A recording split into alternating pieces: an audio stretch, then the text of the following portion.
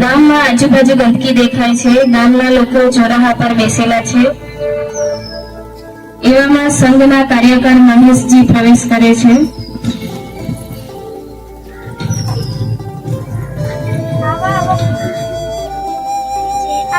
કેટલી ગંદકી છે, બધા મોબાઈલમાં વ્યસ્ત છે. કેમ થઈ રહ્યું છે તમને ખબર છે? ના, મને નથી ખબર. જો સમાજનો વિકાસ કરવો હોય તો પંચ પરિવર્તન આપણા જીવનમાં ઉતારવો જોઈએ. એ પંચ પરિવર્તન એટલે શું કાકા? પંચ પરિવર્તન રાષ્ટ્રીય સ્વયંસેવક સંઘ સમાજના પાંચ પરિવર્તન પર ભાર મૂકે છે. એ કયા કયા કાકા? સામાજિક સમરસતા, કુટુંબ પ્રબોધન, જીવન, સ્વદેશી જીવન શૈલી, નાગરિક કર્તવ્ય, પર્યાવરણ સંરક્ષણ.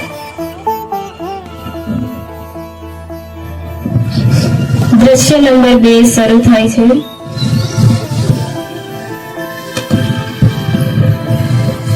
બધા અલગ અલગ જાતિના લોકો અલગ અલગ બેઠા હોય છે.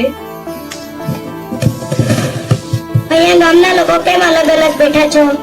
કોઈ એકબીજા સાથે બનતી નથી એટલે અલગ અલગ બેઠા છે.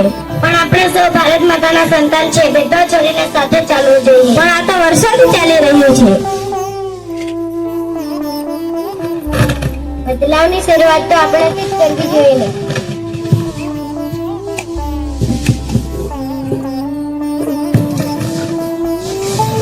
મહેશજી બધાને સમજાવે છે.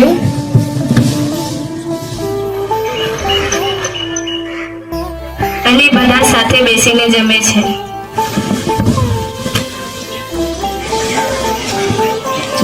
દ્રશ્ય નંબર 2 પૂરું થાય છે.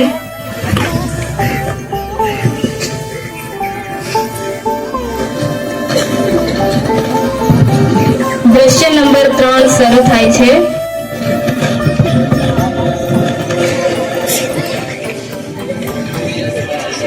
ઘરના બધા લોકો મોબાઈલમાં વ્યસ્ત હોય છે. પહેલા પરિવાર સાથે વાતચીત અને ભોજન થતી હતી. હવે તો દેખો બધા મોબાઈલમાં જ ખોવાઈ ગયા છે.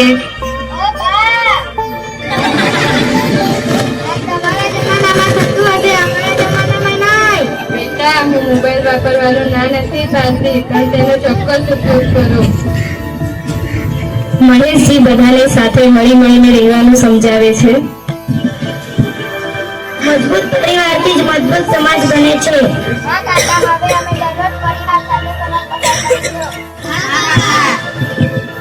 દ્રશ્ય નંબર 3 પૂરું થાય છે. દ્રશ્ય 4 શરૂ થાય છે. ખેડૂત ખેતરમાં ખાતર નાખતો હોય છે ત્યારે ગોપાલભાઈ ખેડૂત પાસે જાય છે. તમે ખેડૂત રાસાયણિક ખાતર કેમ વાપરો છો? આજના સમયમાં રાસાયણિક ખાતરનો વધુ ઉપયોગ થાય છે. એના લીધે જમીનની ઉપજ ઘટતી જાય છે અને જમીનની ફળદ્રુપતા પણ ઓછી થાય છે. ખેતી અને સ્વદેશી વસ્તુઓ અપનાવવાની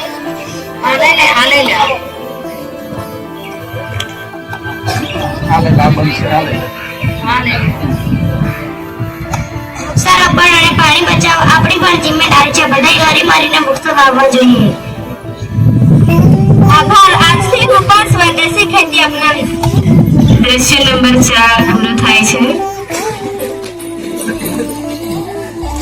દ્રશ્ય નંબર 5 શરૂ થાય છે. ગામના બધા લોકો કચરો, કેળાની છાલ, પ્લાસ્ટિક વગેરે રસ્તા પર ફેંકે છે.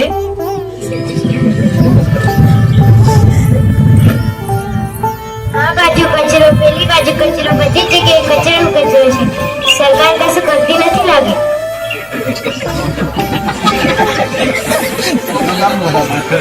સરકાર કશું કરે એની રાહ જોવી નહીં. શરૂઆત તો આપણાથી જ કરવી જોઈએ. કવિતા કચરો લઈ ડસ્ટબિનમાં નાખે છે.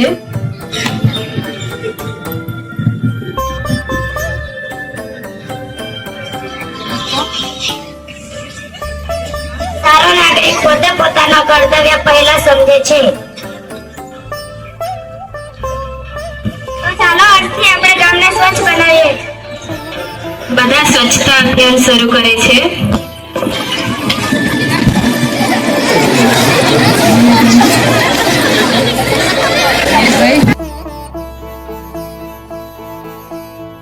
નંબર 5 પૂરું થાય છે.